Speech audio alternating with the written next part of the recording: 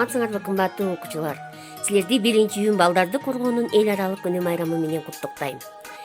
Силер ата энеңердин тилин уккан, акылдуу, эстүү, ыймандуу балдар болуп өсүшүңөргө, мугалимдин тилин угуп, билимдүү, акылдуу балдардан болушуңарга тилектешмин.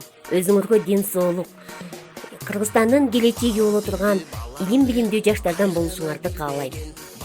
Дагы бир жолу майрамыңар менен. Майрамыңар көңүлдүү, кунак өтсүн. Ата энеңер менен ар дайым бирге болгула.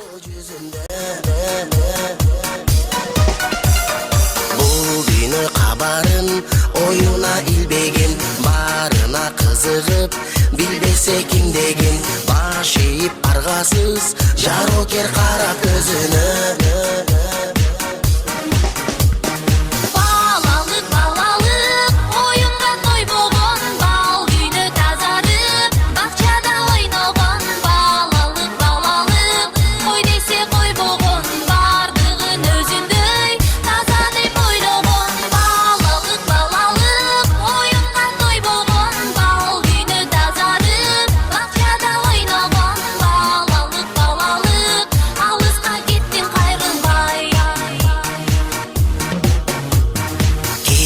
Жок ичинде алдансаң алданып, куу болса айлана, кубанып таң калып, кубаныч тартуулап, жашоонун жарык шамындай.